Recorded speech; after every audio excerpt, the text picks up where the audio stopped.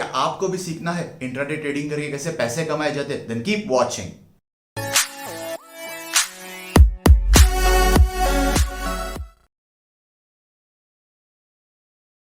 Hey guys, Omkar here. आज हम लोग 10 डेज इंट्राडे ट्रेडिंग चैलेंज के रिजल्ट को डिस्कस करेंगे और आज मैं शेयर करूंगा शेयर बाजार में एक सक्सेसफुल और प्रॉफिटेबल ट्रेडर बनने के कुछ सीक्रेट्स। सो इस वीडियो को पूरा एंड तक देखो ताकि आप कोई भी पॉइंट्स मिस ना करो और ये सीख सको कि कैसे एक ट्रेडर सोचता है शेयर मार्केट में अपने टफ सिचुएशंस में और कैसे ट्रेडिंग डिसीजन लिया जाता है।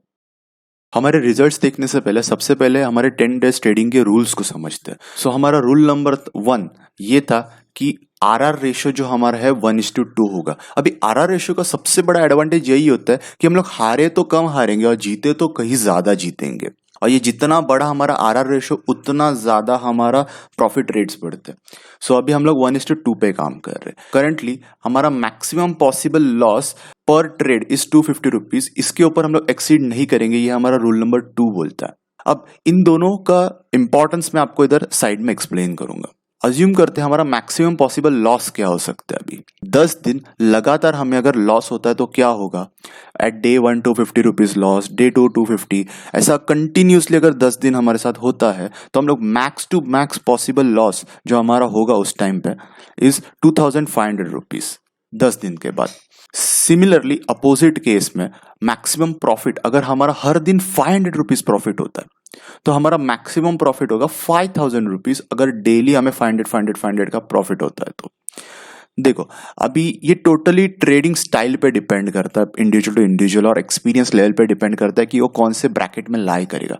एक ट्रेडर की लाइफ में ना सबसे इंपॉर्टेंट 3 पैरामीटर्स होते हैं। सबसे पहला पैरामीटर होता है एक सेटअप, उसके बाद जो दूसरा पैरामीटर आता है वो है मनी मैनेजमेंट, और तीसरा आता है साइकोलॉजी व्हाइल ट्रेडिंग। अब मनी मैनेजमेंट में भी और 2 पार्ट्स में मनी मैनेजमेंट हम लोग का डिवाइड होता है। One is risk analysis and other one is position sizing. इन सब की डिटेल में आपको मैं आगे एक्सप्लेन करूंगा। सो इस वीडियो को पूरा एंड तक देखो और कहीं मिस ना करो। अभी थोड़ा डिस्कस करते हैं हमने 1 एसएल अ डे ही क्यों रखा। देखो अगर हम लोग एसएल एक ही हिट करेंगे तो मैक्स पॉसिबल लॉस 10 डेज के बाद 2500 रुपीज हो सकता है। अगर हम लोग 2 एसएल अ डेज रखेंगे तो मैक्स पॉसिबल लॉस 5000 हो सकता है।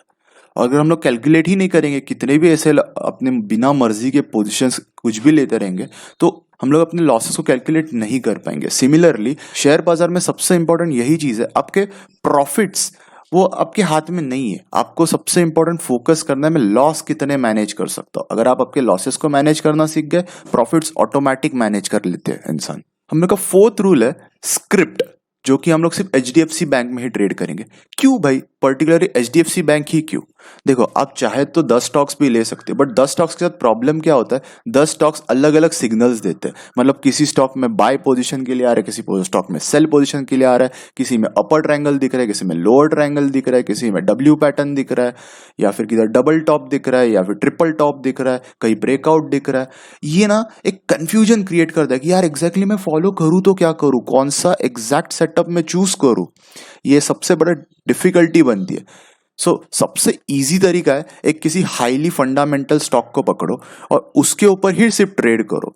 इसीलिए एक पर्टिकुलर स्क्रिप्ट हम लोग ने चूज की थी एचडीएफसी बैंक, जो कि फंडामेंटली काफी स्ट्रांग है और बैंक निफ्टी का डायरेक्ट 33% है वो। किसी रीजन से तो वो सबसे स्ट्रांग कंपनी रहेगी, right, fundamental analysis point of view से, similarly with technical analysis point of view से। ये हमारे बेसिक 4 रूल्स थे जो हम लोग ने पूरे ट्रेडिंग जर्नी के बीच में हम लोग ने फॉलो किए। हम लोग का जो पोजीशन साइजिंग का फॉर्मूला था रिस्क अपॉन एसएल, ये बहुत सिंपल फॉर्मूला है, कुछ नहीं। हम लोग का रिस्क पर डे है 250 रुपीज और एसएल जो बनेगा, लेट्स से उस दिन एसएल अगर हम लोग का 7 रुपीज का एसएल बन रहा है तो उस दिन हमें सिर्फ 35 क्वांटिटी में काम करना है। उसके हिसाब से हम लोग रिजल्ट्स देखेंगे उस दिन के पर्टिकुलरली जो आएंगे। अभी चलो थोड़ा प्रैक्टिकल रिजल्ट्स देखते हैं। ये है हमारे 10 डेज चैलेंज का रिजल्ट। हम लोग को प्रॉफिट हुआ है 179.1 रुपीज का। इसमें से हम लोग ने चार्जेस पे किए यानी ब्रोकरेज 484.95, इसलिए हम लोग को नेट लॉस हुआ है 306 रुपीज का। वैसे इस एक्सरसाइज का कोई ये रीजन नहीं था, प्रॉफिट लॉस हम लोग को ये नहीं देखना था।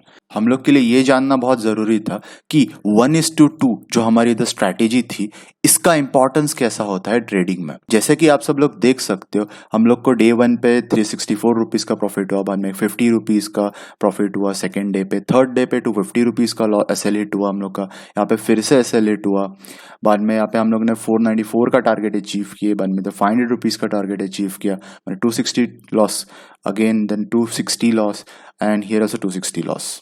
सो इससे आपको सीखने वाली क्या बात है, देखो अगर मैं जीत रहा हूं तो डबल जीत रहा हूं और हार रहा हूं तो स्मॉल हार रहा हूं। यही सबसे इंपॉर्टेंट चीज है जब हम लोग आरआर रेशियो को फॉलो करते हैं, और यही रीजन है जिसकी वजह से हम लोग प्रॉफिट में, इनफैक्ट हम लोग सिर्फ 3 बार जीते, चलो इसको कंसीडर नहीं करते 50 रुपीज के प्रॉफिट को, हम लोग ट्रेड जो एग्जीक्यूट हुए वो सिर्फ 3 बार हम लोग के प्रॉफिट्स थे, but still we are in a profits, but we have to face loss because of this brokerage charges.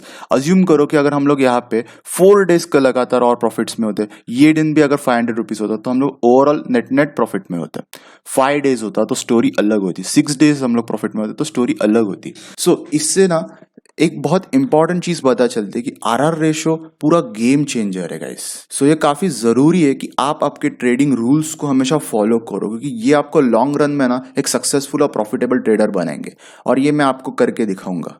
और जैसे कि आप सब लोग देख सकते हो कि डेली ना इसमें कुछ ना कुछ तो लर्निंग मिला है हम लोग आपको। ना एक छोटा सा होमवर्क देता हूँ, आप मेरे पिछले 10 दिन के वीडियोस को सब 1 बाय 1 चेकआउट कीजिए, ताकि आप भी समझ सको कि डेली मुझे क्या चैलेंजेस हुए। ये चैलेंजेस ना हमेशा रिपीट होते रहते हैं मार्केट में, डे बाय डे यही चीजें रिपीट होती रहती है। जैसे हमें डे 1 पे लर्निंग मिला था कि हम लोग ने ना टारगेट ठीक से नहीं लगाया था, इसकी वजह से हम लोग को 500 का प्रॉफिट नहीं हुआ, 364 रुपीज का प्रॉफिट हुआ। हम लोग का प्रॉफिट लेवल्स हम लोग ने ठीक से मार्क नहीं किए थे उस टाइम पे। देखो सेकेंड डे पे हम लोग ने ये लर्न किया था कि हम लोग पुरानी मिस्टेक से तो सीख गए थे कि हमें टारगेट्स लगाने, लेकिन यहाँ पे जो टारगेट्स लगे थे जरूरत से ज्यादा लगे थे, और हम लोग ने जो पोजीशन साइज भी उस दिन रूल में मैसअप किया था। जैसे कि हम लोग यहाँ पे देख सकते हैं कि हमें 50 पोजीशन में काम किया था, लेकिन एक्चुअली हमें 37 में करना चाहिए था हमारे रूल के हिसाब से, बट उस दिन शायद से हम लोग ने नहीं किया और हम लोग का ट्रेल्ड एसएल हिट किया। थर्ड डे पे हमें लर्निंग मिला कि बिना रीटेस्ट का कैसे बाइंग नहीं करना है। ये सारी वीडियोस ना गाइस आप जाके चेकआउट कीजिए, बहुत इंपॉर्टेंट है ये, क्योंकि यही चीजें आपको हेल्प करेंगे आगे सक्सेसफुल बनने के लिए। डे 4 पे हमें कोई सेटअप नहीं मिला था क्योंकि मार्केट बहुत ज्यादा चॉपी था। इधर हम लोग को भले ही यहाँ पे प्रॉफिट हो गया, लेकिन हम लोग वॉल्यूम्स का वेट नहीं किए। Day 7 was a perfect day for us, because यहाँ पे हम लोग का जो प्लान किया था एग्जैक्टली वैसी ही चीजें हुई। डे 6 इधर हम लोग ने फिर से थोड़ा पोजीशन साइजिंग में थोड़ा सा मिसअप किया था। उस समय पे हमें एक्चुअली 30 क्वांटिटी में काम करना चाहिए था, बट 33 क्वांटिटी में हम लोगों ने काम किया था। सो एक तो को ओके इट्स हैपेंस। डे 9 पे हम लोग ने 258 रुपीज का लॉस बुक किया। उसके रीजन यही था कि बहुत ज्यादा फोमो हो रहा था। वो एक, अगर आपने मेरा डे 9 का वीडियो देखा होगा तो आप समझ सकते हो कि मतलब कैसा मार्केट सिचुएशंस क्रिएट कर रहा था। जैसे पोजीशंस तो दिखा रहा था बट एंट्री देने का सही पॉइंट नहीं दे रहा था, जिसकी वजह से ना फोमो क्रिएट हो। और उस दिन हम लोग ने सीखा कि फोमो को कैसे ओवरकम किया जाता है। और ये जो 10th डे का वीडियो है इसके अंदर ना आपने चेक किया रहेगा, जो ट्रेड में पेशेंस बहुत इंपॉर्टेंट है। फिर से यहाँ पे रीटेस्ट का वैल्यू पता चलता है। तो हर दिन के एक मिस्टेक इंप्रूव करने में हेल्प करती है कि कैसे एक सक्सेसफुल और प्रॉफिटेबल ट्रेडर बना जा सकता है। भले ही हम लोग इस पूरे 10 दिन के चैलेंज में सिर्फ 3 बार विनिंग ट्रेड्स थे, but still we are in profits. Realise profit 179 है। ऑब्वियसली हमें टैक्सेस देने पड़े इसके लिए, कोई बात नहीं। नेक्स्ट टाइम हम लोग गोल रखेंगे कम से कम हम लोग 40% ऑफ टाइम तो भी प्रॉफिट्स में रहे, और नेक्स्ट चैलेंज में हम लोग और प्रॉफिटेबल बनने की कोशिश करेंगे। देखो मेरे प्रॉफिट और लॉस देख के आपको उससे कोई एडवांटेज नहीं होने वाला है। आपको जो इसमें सबसे इंपॉर्टेंट चीज है ना, लर्निंग। आप इससे क्या सीखते हो, यहां से जो आप वैल्यू लेके जाओगे, यह आपके लिए बहुत इंपॉर्टेंट है। सो अगर आपको इंप्रूव करना है और समझना है कि कौन से सेक्टर में मुझे इंप्रूव करना चाहिए, तो आप ना एक सिंपल प्लान को फॉलो कर सकते हो। जैसे मैंने लास्ट टाइम एक्सप्लेन किया कि एक ट्रेडर की लाइफ में 3 ही इंपॉर्टेंट एस्पेक्ट होते हैं, एक setup, money management and psychology while trading. तो हम लोग इसको ट्रैक कैसे करें कि कौन सी चीज मेरी सही थी और कौन सी चीज मेरी गलत थी। सो इसका सिंपल सोल्यूशन, एक स्पाइडर डायग्राम आप ड्रॉ कीजिए। अब वो कैसे करना है मैं आपको आगे दिखाता हूं। खुद की परफॉर्मेंस को ट्रैक करने का सबसे आसान तरीका किसी भी फील्ड में होता है स्पाइडर डायग्राम ड्रॉ करना। इस स्पाइडर डायग्राम में हमारे कुछ 5 बेसिक पैरामीटर्स होंगे। सबसे पहला होगा हमारा सेटअप, उसके बाद हम लोग का risk analysis, then position sizing, then psychology while trading और लास्ट में आएगा डिसिप्लिन। ये सबसे इंपॉर्टेंट, ये हिडन पैरामीटर है और ये मतलब हर लाइफ के हर सेक्टर में ये इंपॉर्टेंट है। सो सेटअप्स की बात करते हैं। अगर हम लोग पिछले 10 दिन की बात करते हैं तो हमने हमेशा सेटअप्स को बहुत ज्यादा प्रेफरेंस दिया और कभी ऐसा रैंडमली ट्रेड्स नहीं लिए। So we are gonna score ourselves 100 on 100। Risk analysis की बात करें, हमने हमेशा हमारे रिस्क कैलकुलेट किए, कभी भी हम लोग ने अपने लॉसेस को ज्यादा एक्सीड नहीं किया। So yes, we are gonna score us 100 on 100 on this. Then position sizing में कई बार मैसअप हो चुका है। जैसे हम लोग मार्केट में पोजीशन लेते थे, काफी फास्ट एक्शन लेना पड़ता है। सो कभी कभी हो जाते हैं चीज। यहाँ पे हम लोग ने एक बार मैस किया था, सेकेंड टाइम और थर्ड टाइम, 3 बार हम लोग से पोजीशन साइजिंग की मिस्टेक हो चुकी है। सो 70% हमारा पोजीशन साइजिंग में परफॉर्मेंस है। साइकोलॉजी वाइल ट्रेडिंग, यहाँ पे हम लोग ने एक बार फोमो के चक्कर में थोड़ा सा लॉसेस बुक किए थे और यहाँ पे पेशेंस का प्रॉब्लम है, तो यहाँ पे हम लोग का साइकोलॉजी तो थोड़ा 2 बार डिस्टॉर्ट हुआ था 10 दिन में। So we are gonna score 80 on this. And discipline while trading, yes हमारा डिसिप्लिन था, हम लोग ने सारे रूल्स फॉलो किए, भले ही थोड़े टूटे बट स्टिल हम लोग डिसिप्लिन थे। डेली मार्केट में आते थे, स्ट्रैटेजीज को यूज करते थे, ये डिसिप्लिन होता है और उसी से हम लोग ने ये स्पाइडर डायग्राम बनाया। हमें एक्चुअली सिर्फ 2 चीजों पे काम करने की जरूरत है। एक, साइकोलॉजी को अच्छे से मैनेज करना है और पोजीशन साइजिंग को और अच्छे से मैनेज करना है। ये 2 सबसे इंपॉर्टेंट पैरामीटर्स है अपने लिए करंटली। सो ये जो स्पाइडर डायग्राम है ये मेरा रिप्रेजेंटेशन है मेरी ट्रेडिंग स्टाइल का। ट्रेडिंग स्टाइल को एनालाइज करने के लिए आप खुद का एक स्पाइडर डायग्राम बना सकते हो और देख सकते हो कि आप कौन से सेक्टर में एग्जैक्टली लैक करते हो और किधर आपको इंप्रूवमेंट की जरूरत है। डोंट वरी गाइस, अगर आपको ये बनाना नहीं आता कि ये स्पाइडर डायग्राम कैसे बनाना है, इन पैरामीटर्स को कैसे सोचना है, मैं इसके बाद और एक वीडियो बनाऊंगा जिसके अंदर मैं आपको और डिटेल में कि कैसे आप एक और अच्छे से स्पाइडर डायग्राम बना सकते हो और अपने आप को एनालाइज कर सकते हो। आई होप ये वीडियो आपके लिए कुछ वैल्यू प्रोवाइड कर पाए और थैंक यू फॉर वॉचिंग। जाने से पहले गाइस एक छोटा सा अनाउंसमेंट था आप लोगों के लिए। इस वीडियो को लाइक, शेयर और कमेंट और सब्सक्राइब कीजिए।